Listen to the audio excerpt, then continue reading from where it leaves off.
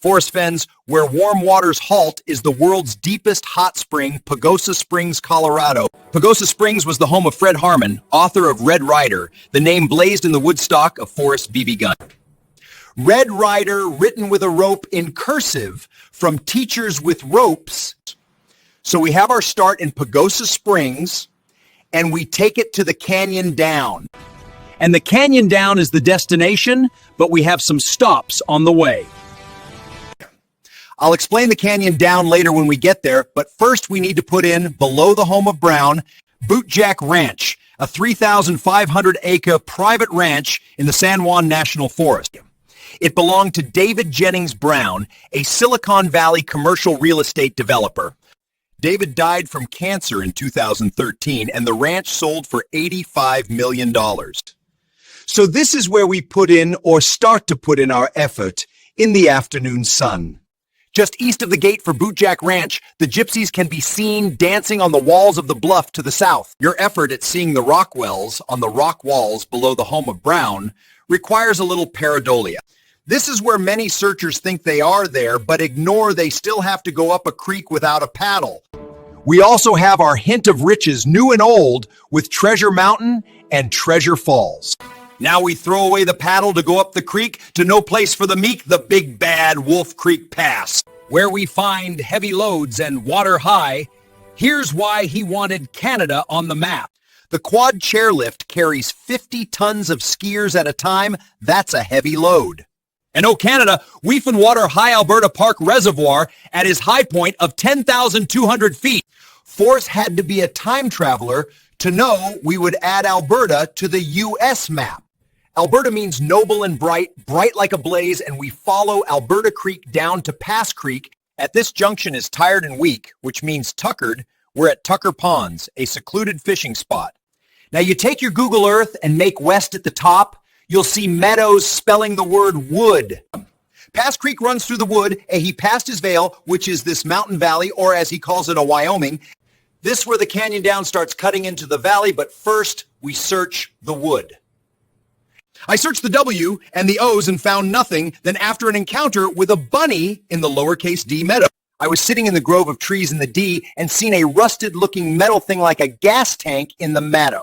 I had my camera on and walked out to it. It was a rusty 1930 Ford Model A cowl with a large bullet hole exit out the top. I knew right away that I had found Skippy's Buffalo Cowboys car. I laughed and cried, no gold? Bullet hole out the top of the fuel tank, just like his crash landing. In the middle of the backstretch of the D meadow, like the middle of the runway. To top it off, a few hundred feet in front of the car, I found the sofa cushion he sat on by the creek. Only the springs were left, blazing in the sun. Ha ha ha, hot springs. Could not leave it for anybody else to claim. So like Forrest said, I took the chest and left in peace. I showed it to the Forest Service LEO, Lynn Wubin, and he told me I could keep it. Of the meadow was under the stars, not under the trees. And blazing hot in the sun in the daytime. Mark Sloanane's poem, look at that one there, that's pretty hot. They stared and they stared, the half-witted lot. The South Fork Canyon starts cutting into the vale here as we follow Pass Creek. Forrest took it with him, so we go past the light at the end of the tunnel. We come to the junction of the South Fork of the Rio Grande River that is fed from Big Meadows Reservoir. There is a parking area on either side of Highway 160 at Lake Fork Trailhead. Here, on the anniversary of Forrest being shot down at winter solstice, about midday you can see Moses parting the Rocky Mountains, showing the way to the Great Plains beyond. On the canyon wall about a half mile north of there, as Leo Salazar carved him from fresh pinyon wood, or a good zoom camera, best between noon and 1:30 p.m. before he disappears in the shadow of the canyon wall. Moses is 8.25 miles south of the South Fork city limit, just past the chain station, speaking of links. The Columbine Interpretive is next to the chain station, too, about Colorado's state flower. It's Colorado's Rosetta Stone Interpretive. Colorado has the Red Sea on its flag. Next down the highway is the Dove and the Moon. We come to Goodnight's Lonesome Dove and Moon Valley, two neighboring cabin and RV resorts, each with 4 cabins. Charles Goodnight raised the buffalo that got Yellowstone's buffalo herd going. He had Rock Canyon Ranch west of Pueblo, Colorado.